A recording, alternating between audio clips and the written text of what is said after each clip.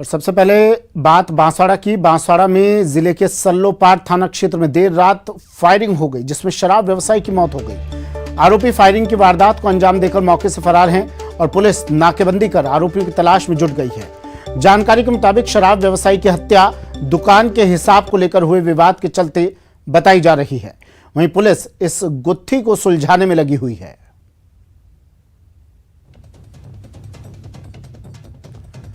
ये gun shot injury बता रहे थे और सलोपार से लेके आए थे। जब यहाँ आया मरीज तो हमने जब चेक किया मरीज का सब, तो यहाँ वो मृत अवस्था में ही लाए थे। और जितना मैंने देखा उस हिसाब से कम 6 वुंड मुझे दिखे थे। उसमें से दोनों साइड कान के पास में, एक छाती पे था, एक पीछे पीठ पे, एक अपने शोल्डर पे था।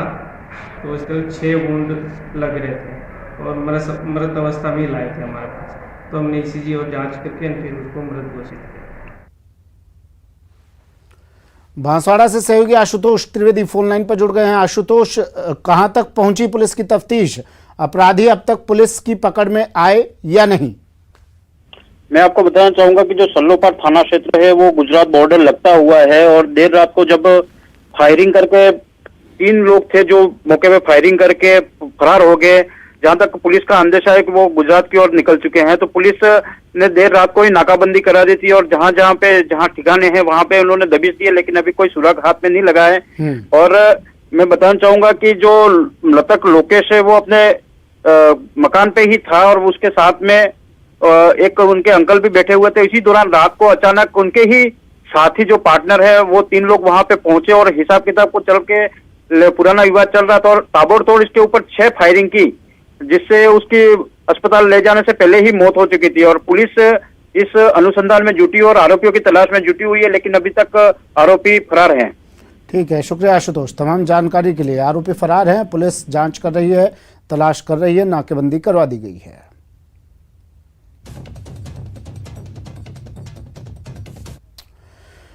खबर भीलवाड़ा से। भीलवाड़ा में पुलिस पर हमला किया गया, हेड कांस्टेबल पर जानलेवा हमला किया गया। 2 गुटों का जमीनी विवाद और इस विवाद के पर कार्रवाई करने के लिए पुलिस की एक टीम यहां पहुंची थी।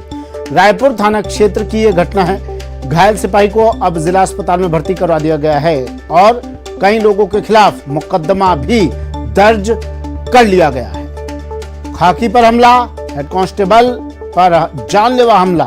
इसके बाद घायल अवस्था में इस हेड कांस्टेबल को अस्पताल में भर्ती करवाया गया। जमीनी विवाद के मामले में जांच करने के लिए ये सिपाही, ये पुलिसकर्मी यहां पर पहुंचे थे, लेकिन इस दौरान इन पर जानलेवा हमला किया गया। रायपुर में लालू जाट जगदीश दोनों को अपना विवाद चल रहा था, जिसमें लालू जाट ने दोला जाट, तो इन्होंने थाने में मुकदमा दर्ज कराया था। तो इस दौरान में जगदीश के परिवार वाले शाम को तकरीबन 7-8 अपने आदमियों को बना करके प्लॉट का निर्माण कार्य कर रहे थे। भीलवाड़ा से सहयोगी प्रमोद फोन लाइन पर जुड़ गए हैं। प्रमोद, पूरा मामला क्या है ये और पुलिसकर्मी की फिलहाल हालत कैसी? कुछ लोगों की किसी लोगों की गिरफ्तारी हुई इस मामले में?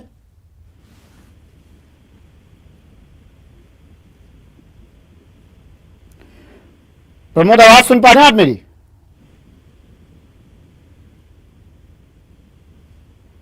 चलिए प्रमोद से फिर से जुड़ने की कोशिश करेंगे। भीलवाड़ा की खबर है, रायपुर थाना क्षेत्र का ये मामला है। कई लोगों के खिलाफ मामला दर्ज कर लिया गया है। हेड कांस्टेबल के ऊपर जानलेवा हमला किया गया। जमीनी विवाद था, जिस विवाद के लिए पुलिसकर्मी यहां जांच के लिए पहुंचे थे। और झुंझुनू से बड़ी खबर है, बुहाना में 2 गुटों में झगड़ा हुआ है। झुंझुनू के बुहाना से बड़ी खबर, 2 गुटों में झगड़ा, विवाद में एक दूसरे पर इन्होंने हमला कर दिया। एक दूसरे के वाहनों से टक्कर मारी, 4 वाहन आपस में टकराए। दोनों पक्षों ने अब थाने में रिपोर्ट दे दी है। आपसी लेन देन का ये पूरा मामला बताया जा रहा है। बोरिंग मशीनों को लेकर ये झगड़ा हुआ था और इसके बाद वाहनों से एक दूसरे पर हमला किया गया, टक्कर मारी गई। झगड़े के बाद एक दूसरे पर हमला किया गया। सड़क के बीच में ही 4 गाड़ियों को आपस में टकराया गया। दोनों पक्षों की ओर से बुहाना थाने में रिपोर्ट दी गई है। मामले के अनुसार कलखरी निवासी राकेश यादव ने रिपोर्ट दी है। दूसरी ओर से सांझा निवासी राजकुमार ने भी थाने में मामला दर्ज करवा दिया है। दोनों पक्षों की ओर से एक दूसरे पर हमला करने का आरोप लगाया है। दोनों पक्षों में पुराना हिसाब, रुपयों के लेन देन का यह मामला बताया जा रहा है। पुराना हिसाब नहीं करने का ये दोनों ही गुट आरोप लगा रहे हैं। इससे पहले पुलिस ने मौके पर पहुंचकर चारों वाहनों को सड़क से हटवाया।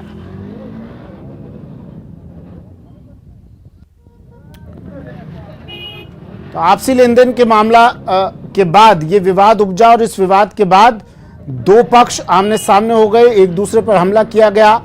आपस में वाहनों से एक दूसरे पर जानलेवा हमला किया गया। टक्कर मारी गई। ये तस्वीरें आपको झगड़े के तुरंत बाद की तस्वीरें। इन वाहनों से एक दूसरे पर हमला किया गया। पुलिस मौके पर पहुंची। पुराना हिसाब किताब को लेकर ये मामला बताया जा रहा है। लेन देन का ये विवाद बताया जा रहा है, जिसके बाद 2 गुट आमने सामने हो गए और दोनों ही पक्ष थाने में पहुंचकर मामला दर्ज करवाया। इम्तियाज मेरे सहयोगी झुंझुनू से फोन लाइन पर जुड़ गए हैं। इम्तियाज, मामला क्या है ये पूरा?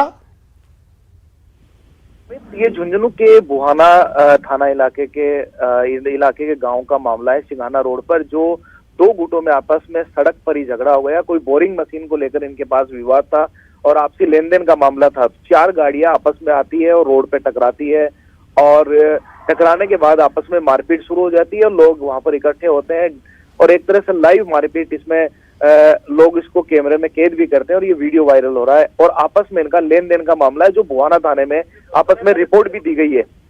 जी सुमित जी, चलिए शुक्रिया इम्तियाज तमाम जानकारी के लिए। और अलवर से बड़ी खबर है। अलवर में खाकी फिर हुई शर्मसार। शादी का झांसा देकर कांस्टेबल ने छात्रा से रेप किया। रेप के आरोपी कांस्टेबल को अब गिरफ्तार कर लिया गया है। अलवर में कोचिंग के लिए ये छात्रा आई हुई थी। SC/ST एक्ट के तहत अब ये पूरा मामला दर्ज किया गया है। रेप का आरोपी कांस्टेबल गिरफ्तार। बड़ी खबर अलवर से। शादी का झांसा दिया। अलवर में कोचिंग करने के लिए छात्रा आई थी, जिसके बाद इस कांस्टेबल से इसकी मुलाकात हुई। इस कांस्टेबल ने इसे शादी का झांसा देकर इसके साथ दुष्कर्म किया। कांस्टेबल को गिरफ्तार कर लिया गया है।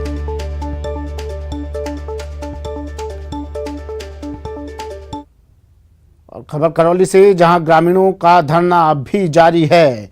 धरने का आज 3रा दिन है। ट्रैक्टर चालक की मौत हो गई थी, जिसके बाद ग्रामीण धरने पर बैठे हुए हैं। मौत के बाद ग्रामीणों का हल्ला। मुआवजे की मांग को लेकर ग्रामीण धरना प्रदर्शन कर रहे हैं। कलेक्ट्रेट के सामने मृतक के परिजन बैठे हैं। सांसद किरोड़ीलाल मीणा भी अब धरने पर पहुंच गए हैं। धरने में इन ग्रामीणों को अब राजनीतिक संरक्षण भी मिल गया है। सांसद किरोड़ीलाल मीणा पहुंच गए हैं। गुर्जर नेता विजय बैंसला, पूर्व सभापति राजाराम गुर्जर, भाजपा जिला अध्यक्ष ब्रजलाल डिकोलिया सहित ग्रामीण भी शामिल।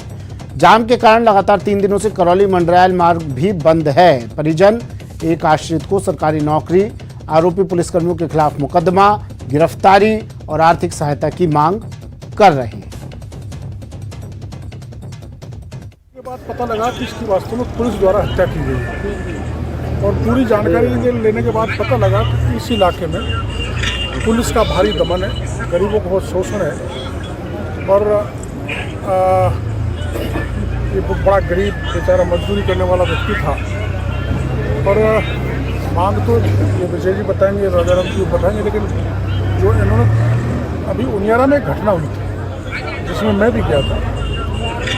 हमको ये चाहिए कि सबसे पहले तो FIR दर्ज हो, 302 में मुकदमा लगे। जिन जिन लोगों के नाम चश्मदीद गवाह ने बताए हैं उन सब के ऊपर केस हो। जितने भी नाम पुलिस वाले थे उन सबको तुरंत तरीके से सस्पेंड किया जाए, पूरा थाना हटाया जाए। धर्मेंद्र चौधरी सहयोगी करौली से फोन लाइन पर जुड़ गए हैं। धर्मेंद्र, क्या कह रहे हैं मृतक के परिजन, क्या मांग है इनकी और क्या अब तक किसी तरह का कोई आश्वासन इन्हें मिला? जी देखिए, बताना चाहूंगा, हालांकि सरकार प्रशासन की ओर से भी लगातार समझाइश कर धरना समाप्त करने के प्रयास किए जा रहे हैं, लेकिन असफल रहे हैं। कल दोपहर में भी क्षेत्रीय विधायक रमेश मीणा मौके धरना स्थल पर पहुंचे थे और लोगों से समझाइश की। उन्होंने 5 लाख सरकार की ओर से एवं 5 लाख स्वयं की ओर से आर्थिक सहायता, इसके साथ एक व्यक्ति को आंगनबाड़ी या चिकित्सालय में रोजगार, इसके साथ ही जो आरोपी पुलिसकर्मी उनके खिलाफ FIR दर्ज करने, साथ ही सरकारी अन्य योजनाओं का लाभ दिलाने का भरोसा दिलाया था। लेकिन कुछ गतिरोध के चलते बात नहीं बन सकी। देर शाम घटना स्थल पर डॉक्टर किरोड़ीलाल मीणा, विजय बैसला सहित अन्य भाजपा और नेता पहुंचे थे और उनके काफी समझाइश के बाद ग्रामीण शव को लेकर करौली की ओर कूच कर गए और कलेक्ट्रेट के ऊपर देर रात से धरना शुरू हो गया, जो धरना अभी तक जारी है। हालांकि देर रात पुलिस प्रशासन और जो डॉक्टर किरोड़ीलाल मीणा, विजय बैसला के बीच वार्ता हुई थी, जो काफी सकारात्मक बताई जा रही है, लेकिन अभी तक धरना जारी है। जिन बातों पर रात को सहमति बनी थी, रात चर्चा हुई थी कि जो शव है उसको चूंकि खराब होने लग गया है तो उसे डीप फ्रीजर में रखवा दिया जाएगा, लेकिन अभी भी शव मौके पर रखा हुआ है और ग्रामीण धरने पर बैठे हुए हैं। तो इसको देखकर लगता है कि अभी जो सकारात्मक बात बताई जा रही थी, अभी लगता नहीं कि धरना समाप्त होगा। तमाम जानकारी के लिए।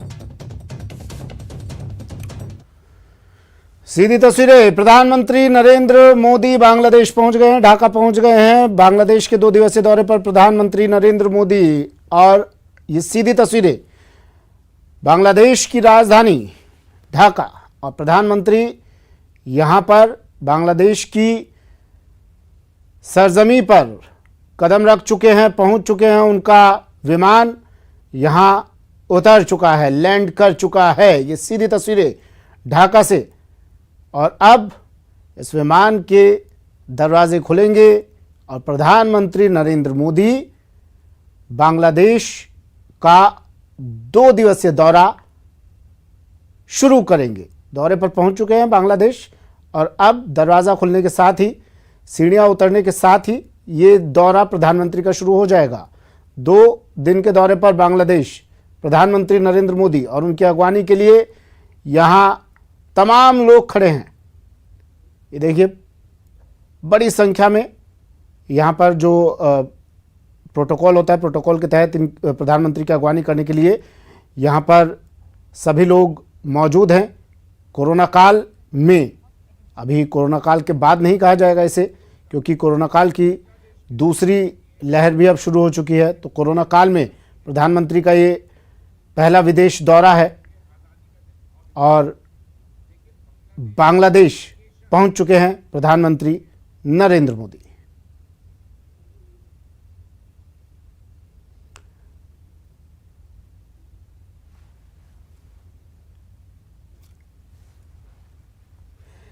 ये तस्वीरें आपको बीच में हमने, जब प्रधानमंत्री रवाना हुए थे बांग्लादेश से, उस वक्त की तस्वीरें भी दिखाई, और अब ये तस्वीरें, सीधी तस्वीरें ढाका से, बांग्लादेश से ये तस्वीरें स्टेयर्स अब अटैच हो रही हैं, और प्रधानमंत्री यहाँ पहुँचेंगे, अब उतरेंगे विमान से, और इसके बाद कई कार्यक्रमों में, कई मुलाकातों का दौर चलेगा। ये सीधी तस्वीरें टीवी स्क्रीन पर पीएम मोदी का 2 दिवसीय बांग्लादेश दौरा।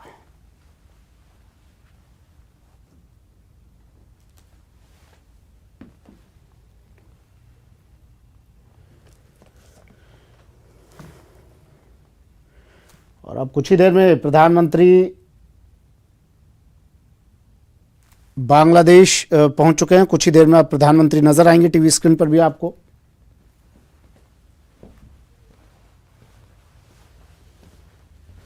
छोटी सी चूक हो सकती है जानलेवा। टीका है आया पर नहीं है कोई दवा। 2 गज की दूरी, मास्क है जरूरी। सावधान रहें, सुरक्षित रहें।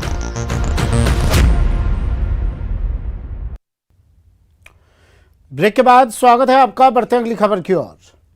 मौसम की मार से अन्नदाता परेशान हैं। 7 जिलों में करीब 80% फसलों को नुकसान हुआ है। अब किसानों की नजर सरकार की ओर है कि कब गिरदावरी होगी और कब उन्हें मुआवजा मिलेगा। मौसम की मार, किसान बेहाल।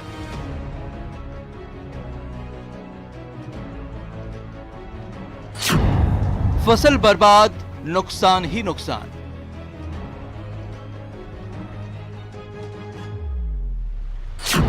मुआवजे की आस, गिरदावरी का इंतजार।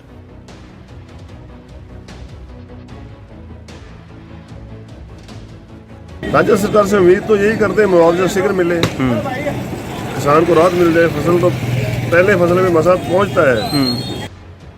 तस्वीरें 3 हैं और इन 3 तस्वीरों में किसानों का दर्द छिपा है। मौसम ने किस तरह किसानों को बेहाल कर दिया है, ये तस्वीरें उनकी बानगी है।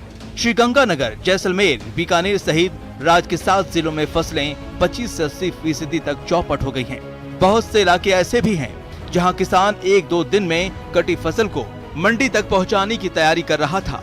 उनकी आंखों के सामने से पूरी मेहनत, साल की कमाई पानी हो गई। 7 जिलों में किसानों की फसल 25 से 80% तक बर्बाद हो गई। बीकानेर, जैसलमेर, बाड़मेर, चूरू में फसल को काफी नुकसान हुआ। श्रीगंगानगर, हनुमानगढ़ समेत कई जिलों में बड़ी मात्रा में फसल बर्बाद। आंधी तूफान से प्रदेश भर में 800 करोड़ के नुकसान का अनुमान। गेहूं, चना, सरसों, जीरा और इसबगोल की फसल को काफी नुकसान। प्रदेश सरकार ने नुकसान के आकलन के आदेश दिए हैं। मौसम की मार का सबसे ज्यादा असर 7 जिलों पर पड़ा है। एक-एक कर देखते जाइए इन जिलों का ग्राउंड रिपोर्ट। श्रीगंगानगर में किसानों का हाल बेहाल है। 3 लाख हेक्टेयर इलाके में 10 से 35% का नुकसान हुआ है। नहरों के टूटने से सैकड़ों बीघा में फसल जलमग्न हो गई है। कृषि विभाग ने प्रभावित किसानों से संबंधित बीमा कंपनी के टोल फ्री नंबर या कृषि विभाग में शिकायत दर्ज कराने की अपील की है। 2 दिनों पूर्व प्रदेश में पश्चिमी विक्षोभ की सक्रियता के चलते श्रीगंगानगर जिले में 60 किलोमीटर प्रति घंटे की रफ्तार से आए तेज तूफान से खेतों में खड़ी फसलों के नुकसान की भरपाई के लिए न केवल लोकसभा में सांसद निहाल चंद मेघवाल के द्वारा मुद्दा उठाया गया, बल्कि भाजपा कार्यकर्ताओं व जनप्रतिनिधियों ने जिला प्रशासन के मार्फत राज्य सरकार से जल्द गिरदावरी कराकर प्रभावित किसानों को मुआवजा दिलाने की मांग की है। नुकसान तो बहुत ज्यादा है, ये नहीं कह सकते कि कम है। कहीं जो खेत है उनमें लगभग 100% नुकसान हो गया, कहीं 70% है, कहीं 60 भी है, 50 भी है।